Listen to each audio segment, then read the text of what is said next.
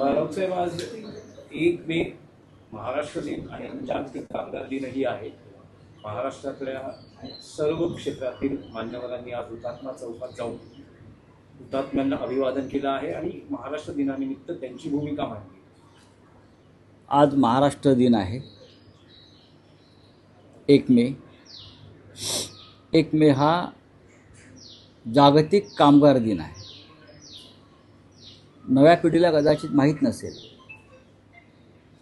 की महाराष्ट्र निर्मितीचा दिवस महाराष्ट्र दिन हा 1 मेलाच का आपण निवडला.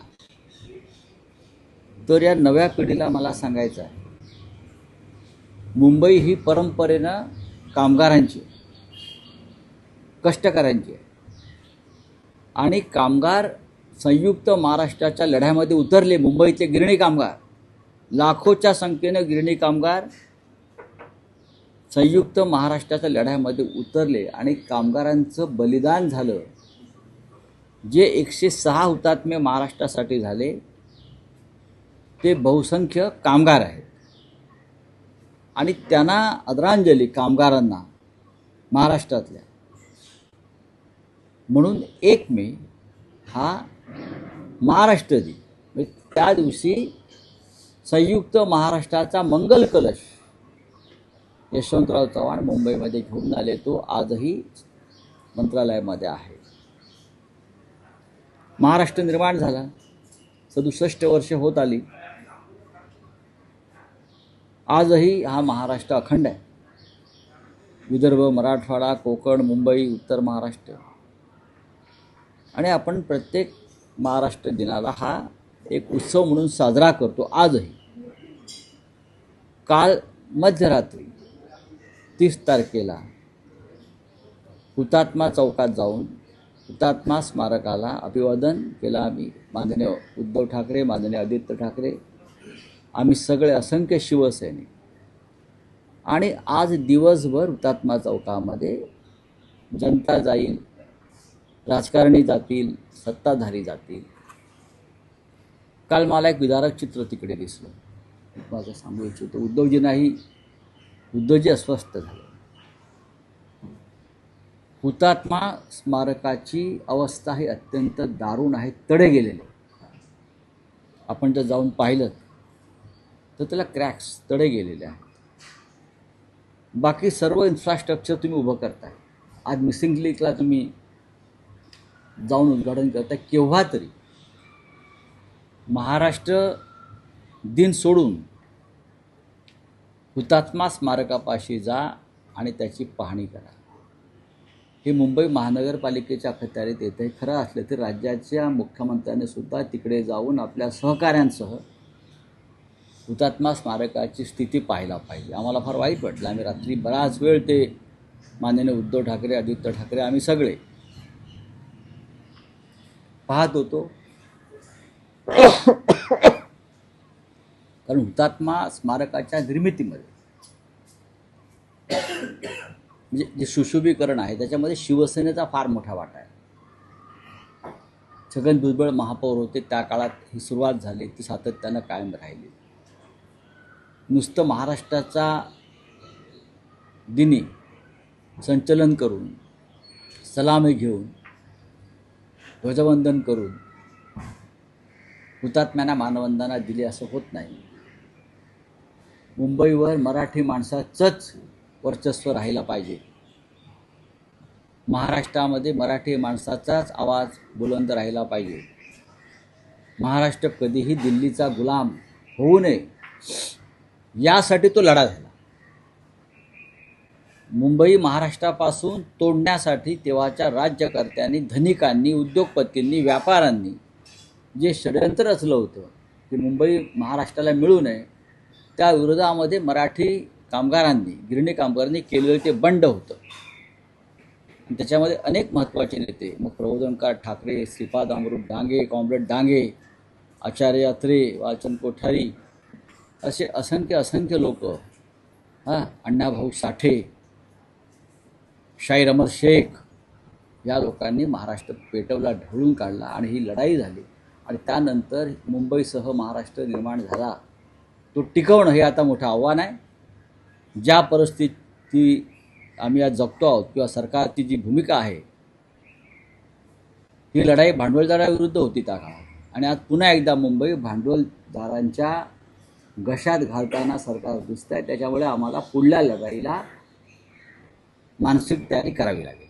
नाही पण राऊत साहेब, जशी तुम्ही जी अवस्था म्हणालात किंवा जी परिस्थिती आहे हुतात्मा स्मारकाची, तशीच शिवाजी पार्कातल्या महाराष्ट्र दालनाची आहे, जे संयुक्त महाराष्ट्राचं कलादालन उभारलं होतं उद्धव ठाकरेंच्या संकल्पनेतून, त्याची तशीच वाईट अवस्था आहे. महाराष्ट्राच्या ज्या महाराष्ट्र लढ्याच्या ज्या स्मृती आहेत, ज्या आम्ही निर्माण केल्या,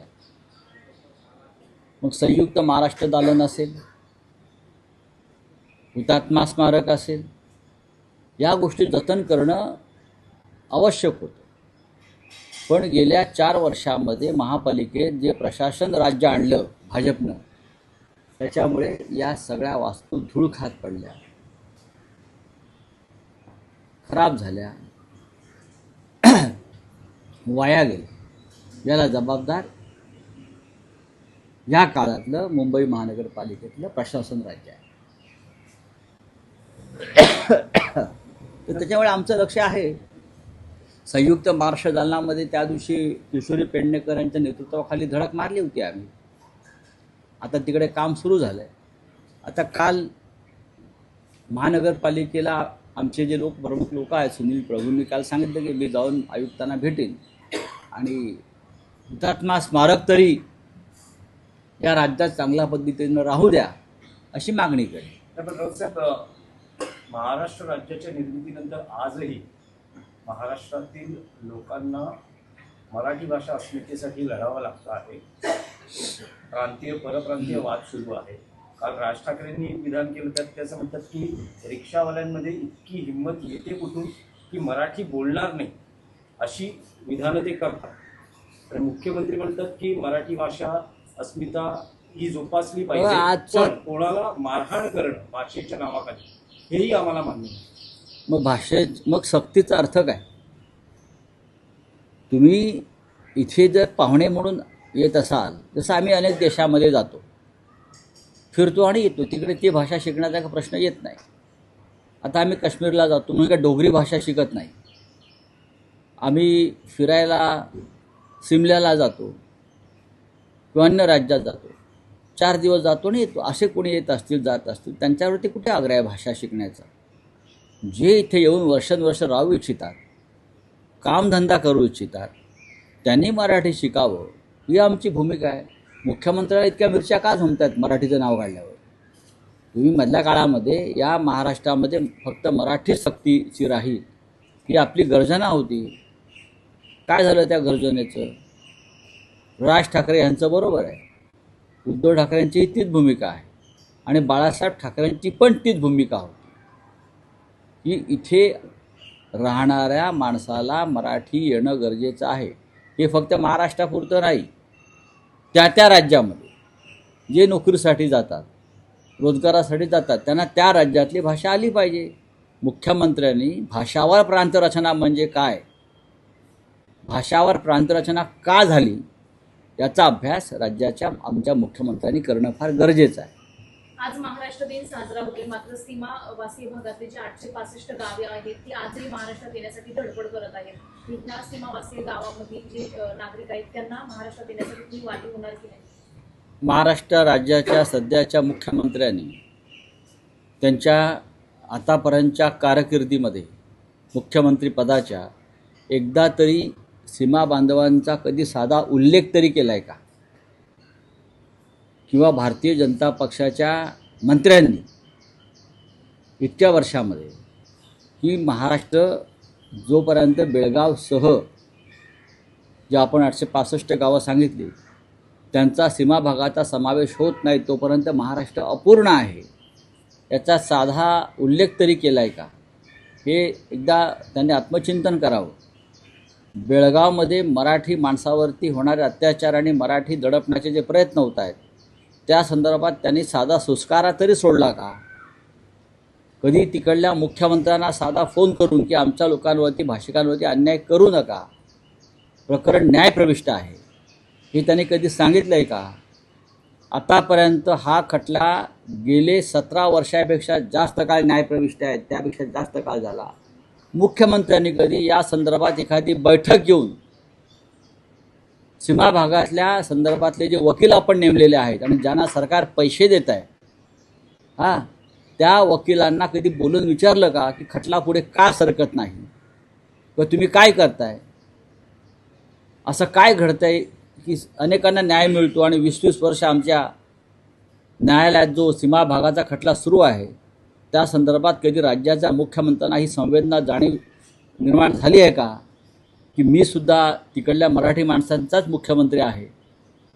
हे दुर्दैव आहे या महाराष्ट्राचे, ज्यांचा संयुक्त महाराष्ट्राच्या लढ्याशी काळी मात्र संबंध नव्हता असे लोक आज राज्यावर बसले आहेत. मुख्यमंत्री सोडून द्या, जे शिवसेना म्हणून बसलेले आहेत ते उपमुख्यमंत्री आणि त्यांचे लोक, हे त्यांचं कर्तव्य नाही का? सीमा भागातल्या जनतेसाठी स्वतंत्र मंत्रालय आणि मंत्र्यांची घोषणा केली. आपल्याला माहिती असेल 2 मंत्री त्यासाठी आहेत, एक शंभूराज देसाई, चंद्रकांत पाटील. हे 2 मंत्री कधीतरी बेळगावात जाऊन तिकडल्या मराठी बांधवांचे काय समस्या आहे, काय प्रश्न आहेत, काय अडचणी आहेत, त्यांना आम्ही काय मदत करू शकतो या संदर्भात त्यांनी तिथे पाऊल तरी ठेवलं आहे का? एकनाथ शिंदे यांनी कधी बेळगावात पाऊल ठेवलं आहे का? हे सांगावं ना. यांना काय चिंता आहे महाराष्ट्राची आणि तिकडल्या मराठी बांधवांची? शिवसेना भाजपच्या याच्यावर काल सीएम म्हणाले की शिवसेना उद्धव बाळासाहेब ठाकरे पक्षाच्या संदर्भात त्यांना काल सांगितले त्यांनी की स्कोप नाही आहे म्हणाले, पुढे आमचंच आम्हाला ओझ आता जास्त झालंय. तर शिवसेनेचा कुठला स्कोप नाही. शिवसेना उद्धव बाळासाहेब ठाकरे पक्ष देखील भाजप बरोबर येण्यास असं कोणी त्यांच्याकडे सांगितलं की आम्हाला तुमच्याबरोबर यायचं आहे? माझ्या शोमध्ये म्हणाले ते. हो, पण त्यांना प्रश्न कोणी विचारला? आम्ही सांगितलं आहे का आम्हाला स्कोप द्या म्हणून? तुम्हाला स्कोप महाराष्ट्रामध्ये आम्ही दिला आहे. देवेंद्र फडणवीस आणि त्यांचा जो पक्ष आहे त्याला महाराष्ट्रामध्ये कोणी स्कोप दिला? आम्ही दिला. तुम्ही काय स्कोपच्या गोष्टी करताय? आणि आम्हाला स्कोप द्यायचं का नाही जनता ठरवेल महाराष्ट्राची. EVM नाही ठरवणार, तुमचे पैसे नाही ठरवणार, तुमचे पोलीस नाही ठरवणार. आता उद्याच्या जे निकाल आहेत 4-5 राज्याचे, त्यात मोदींना किती स्कोप आहे तो कळेल. विधान परिषदेच्या निवडणुका बिनविरोध मराठीतले काही 1-2 प्रश्न आहेत. विधान परिषदेच्या निवडणुका अखेर बिनविरोध होत आहेत, पण काल काँग्रेसने अखेरच्या क्षणी उमेदवार दिला नाही, पण त्यांनी आठवण करून दिलेली आहे की पुढची राज्यसभा, पुढची विधान परिषद ही आमचीच आहे. आणि त्यांनी नापसंती व्यक्त केली आहे की उद्धव ठाकरेंनी ज्या पद्धतीने उमेदवार जाहीर केला, आम्हाला विश्वासात घेतलं नाही, याबद्दलही त्यांची नाराजी आहे. ठीक आहे, चांगलं आहे. मनुष्य आहे, राजकीय पक्ष आहे, त्यांनाही मन असतं. नाराजी व्यक्त केली, आम्ही ती नाराजी पाहिली, आम्ही चर्चा केली. सर्वत्र महाराष्ट्रातल्या त्यांच्या नेत्यांना भेटण्यासाठी शिवसेनेचं शिष्टमंडळ गेलं.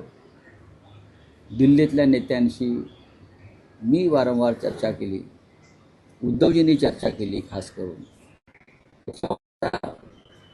रिंगणामध्ये काँग्रेसचा उमेदवार नाही, महाविकास आघाडीचे उमेदवार फक्त अंबादास दानवे आहेत आणि निवडणूक बिनविरोध होते. आता 2 वर्षांनी काय करायचं 2 वर्षांनी पाहू ना. 550 दिवस आहेत अजून. पण काही स्कोप आहे का कोणाला? काँग्रेसला काय राज्यसभा आणि विधान परिषदेसाठी? बघा, राज्यसभेचा प्रश्नच निर्माण होत नाही, पण आमची जी काय चर्चा झालेली आहे त्याच्यामध्ये विधान परिषदेसंदर्भात त्यांना काँग्रेसला एक महाविकास आघाडी म्हणून, आता याच्यात राष्ट्रवादी काँग्रेसचा विषय संपलेला आहे, कारण त्यांना आम्ही एक महत्त्वाची राज्यसभा पवारसाहेबांना दिली. भविष्यातल्या ज्या 2 वर्षातल्या ज्या जागा आहेत विधान परिषदेच्या, त्या संदर्भात नक्कीच काँग्रेस पक्षाशी सकारात्मक चर्चा होईल आणि त्याचं सूतोवाच काल दिल्लीशी आणि राज्यातल्या नेत्यांशी झालेलं आहे.